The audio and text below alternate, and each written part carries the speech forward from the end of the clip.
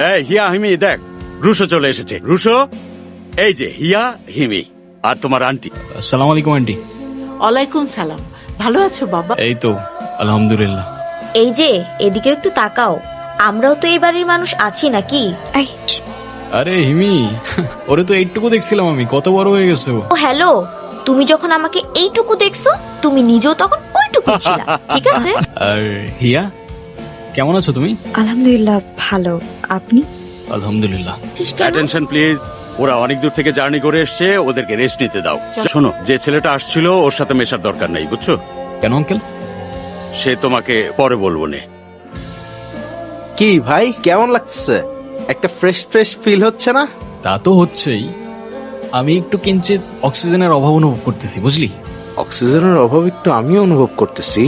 কিন্তু আমি যে অক্সিজেনের অভাব অনুভব করতেছি, তুইও কি সেই অক্সিজেনের অভাব অনুভব করতেছিস? এক্স্যাক্টলি। আরে শাবাশ। কি রুশো, কি করছো তোমরা এখানে? কই না, এই হিমি, কেমন জানি একটা স্মেল পাওয়া যাচ্ছে না? হ্যাঁ হ্যাঁ, আমিও পাচ্ছি। কিসের স্মেল? ঠিক মতো তো জ্বালাইলাম না। হ্যাঁ। কি জ্বালান নাই? আরে কিছু না। এই পিচ্ছি, তুমি এত কিছু জানি কি করবা? এই, তুমি পিচ্ছি বললা কাকে? সময় মতো বিয়ে করলে তোমার মতো দুইটা থাকতো, বুঝলা? বুঝলাম, এখন কি মতলবে আসছো সেটা বলো। আমাদেরকে নিয়ে কালকে ঘুরতে যেতে হবে। আচ্ছা দেখি। দেখি না, প্লিজ নিয়ে চলেন। আচ্ছা নিয়ে যাবো, যাও। না নিয়ে গেলে কিন্তু আমি বাবাকে বলে দিব কি বলে দিবা? যে তোমরা ছাদে বিড়ি খাচ্ছিলে। চলো, বাইরে না যাবা? আপনি একটু মাকে বলেন। আন্টি, আমরা একটু বাইরে যেতে চাচ্ছিলাম। যাও না, ভালো কথা, ঘুরে আসো, ভালো লাগবে। বলে তোমাদের গ্রামের নামটা কি জানো? রানীগঞ্জ। রানীগঞ্জ, রাইট। আচ্ছা, এই গ্রামের কি কোনো প্রবলেম আছে? প্রবলেম বলতে? প্রবলেম বলতে এই গ্রামে ঢোকার আগে আমাদের গাড়ি থেকে নামায় দেয়, এরপর 8-10 কিলো হাঁটতে হয়, তারপর কিছু পোলাপান আমাদের রাস্তা আটকায়, বলে যে ট্যাক্স না দিলে নাকি এই গ্রামের ভেতর ঢোকা যাবে না। মানে সবকিছু মিলায় একটু স্ট্রেঞ্জ না? আসলে গত 3-4 বছর ধরে এই অবস্থা। এখানে লোকাল একটা গ্যাং আছে, ওরা বাইরের থেকে কারো গাড়ি ঢুকতে দেখলেই ভাঙচুর করে, চাঁদাবাজি করে। আসলে এই কারণেই মা আমাদেরকে বের হতে দেয় না। ওদের ব্যাপারে যত কম জানবেন ততই ভালো। আচ্ছা, এসব কথা বাদ দেন না, আপনার কথা বলেন।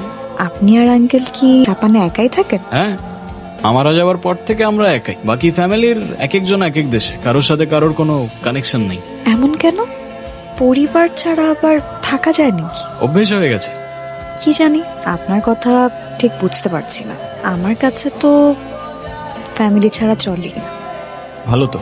আচ্ছা, ওরা কি এত খুশখুশ করছে বলো তো? কারা? আরে ওরা, ওরা মেবি কোনো বিজনেস ডিসকাশনস করতেছে। শোনো, তোমার মতো তোমার মাথাও মোটা।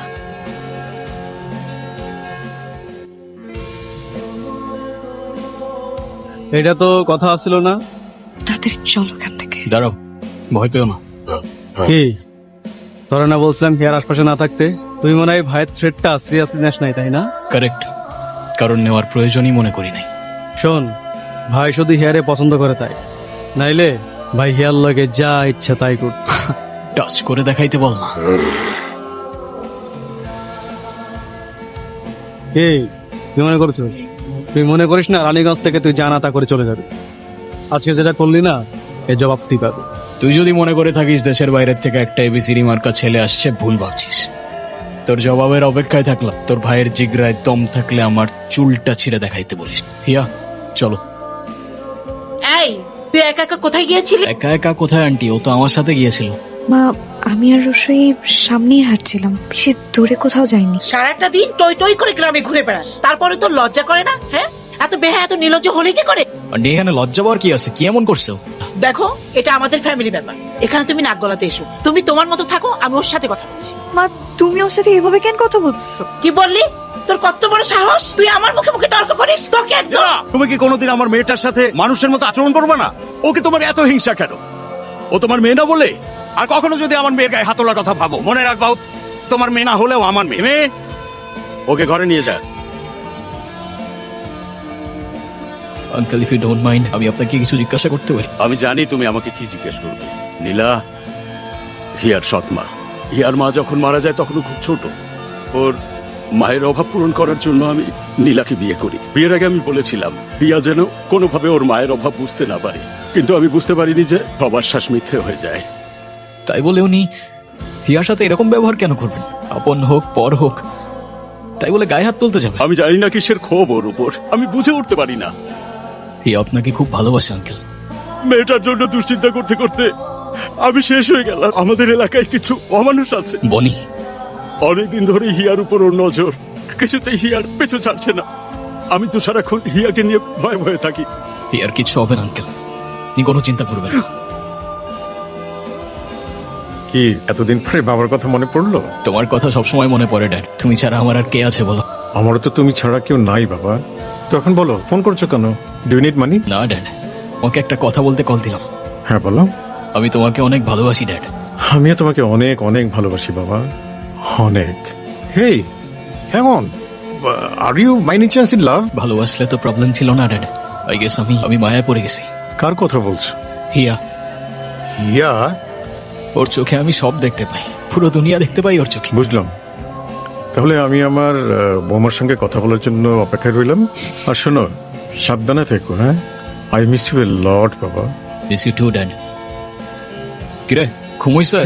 এই ভাই সেই ঘুমাইছে। রুশো, হিয়াদিকে ওরা তুলে নিয়ে গেছে। হোয়াট? তুমি ওকে একা নিয়ে বাইরে কেন গেছো? হিয়াদি কাল রাত থেকে খুব কাঁদছিল। আমি বারবার জিজ্ঞেস করলাম কিন্তু কিচ্ছু বললো না। তাই ভাবলাম সকালে ওকে নিয়ে একটু বাইরে গেলে হয়তো ওর ভালো লাগবে। আমাকে ছেড়ে দেন প্লিজ। আমাকে কেন এখানে নিয়ে আসছেন? আমি কি ক্ষতি করছি আপনাদের বলেন? তুমি বনি ভাইয়ের অপমান করছো। কিসের এত অহংকার? কিসের অহংকার তোমার? মনে মনে ফেলে দাও।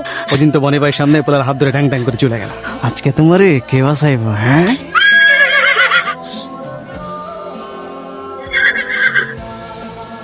এই দাঁড়া, কিসে এখানে? হিয়া কোথায়? হিয়া এখানে নাই, থাকলে তোর কি বে? হ্যাঁ, আর একবার জিজ্ঞাসা করবো, এরপর না বললে তোদের মায়ের কসম এখানে আর কেউ তোরা নিচের পায়ে তারা থাকতে পারবি না। হিয়া কোথায়? বলবো না। যেহেতু তোদের মায়ের কোনো দোষ নাই, তাই আমার হাতেও আর কোন অপশন নাই।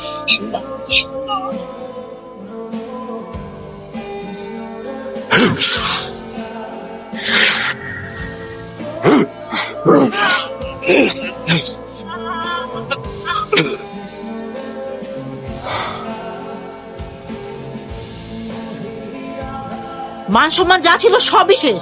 আশেপাশের মানুষ বলা বলি করতেছে হিয়ারে বনি উঠায় নিয়ে গেছে। আর থামায় না আমারে। আমার আর কত থামাইবা বলো? এর থেকে যদি বনির সাথেও বিয়ে দিতা তাও একটা কথা ছিল। তুমি বলো, এত বড় একটা ঘটনার পরে তোমার এই মেয়েকে কে বিয়ে করবে? আমি করব। কি বলতেছো রুশো?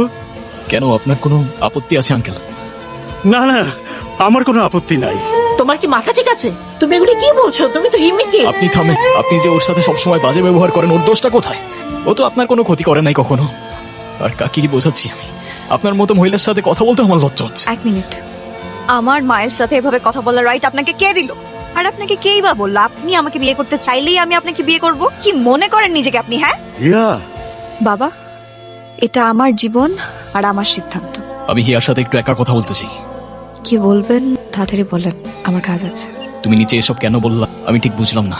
না বোঝার মতো তো কিছু বলিনি। তার মানে তুমি আমাকে বিয়ে করতে চাও না? এক কথা আর কতবার বলবো? তাহলে সেদিন কেন তুমি বললা তোমারও আমাকে ভালো লাগে? ভালো লাগা আর ভালোবাসা এক না। আর কাউকে ভালো লাগলেই যে তাকে বিয়ে করতে হবে এমন তো কোনো কথা নেই, তাই না? ওকে ফাইন, আমি কালকে চলে যাচ্ছি। তোমার আর কিছু বলার আছে? আর কি বলার থাকবে? ঠিক আছে, তুমি যেতে পারো। আঙ্কেল আসি। এত ভোরবেলায় চলে যাবে? হ্যাঁ আঙ্কেল, যাওয়াটা একটু ইম্পর্টেন্ট। আসি।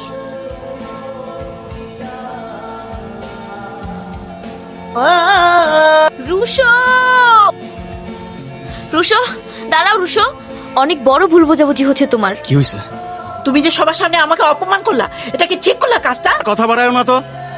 তুমি তো আমার জীবনটা শেষ করে দিতেছো। তোমার মেয়ে যে আমার মেয়ের জীবনটা শেষ করতেছে। কত স্বপ্ন ছিল আমার, রুশোর সাথে আমি হিমিকে বিয়ে দেবো। তুমি তো আমার মেয়েকে একটুও দেখতে পাও। করো, মেয়েটা তো আমার একার না, তোমারও। তুমি কেন বোঝো না? তুমি যা ইচ্ছে তাই করো, খালি নিজের স্বার্থটাই। হ্যাঁ, তোমার মেয়ে তো অন্ধ, চোখে দেখে না। ওকে কোন ভালো ছেলে বিয়ে করবে শুনি? তোমরা যাওয়ার পর বাবা আমাকে এসব বল। আমার দির চোখের জল আমি একদম দেখতে পারি না রুশো। প্রতিদিন রাতে দি শুধু তোমাকে নিয়েই গল্প করবে। আমার দি নিজে কষ্ট পাবে কিন্তু অন্যকে কিচ্ছু বলবেন। তুমি প্লিজ ওর কাছে যাও, ও তোমাকে সত্যি অনেক ভালোবাসে রুশো। আমার সাথে কেন এমন হয় আল্লাহ? আমি তো কখনো কারো কোনো ক্ষতি করিনি। আমার মাকেও আপনি নিয়ে গেলেন, আর ভালোবাসা সেটা তো আমার ভাগ্যে নেই, আমি জানি। কেন থাকবে না? এই পৃথিবীর সবটা ভালোবাসাই তোমার ভাগ্যে আছে, আর তার পুরোটাই তুমি ডিজার্ভ করো। আপনি এখানে যাননি? ফিরে আসলাম।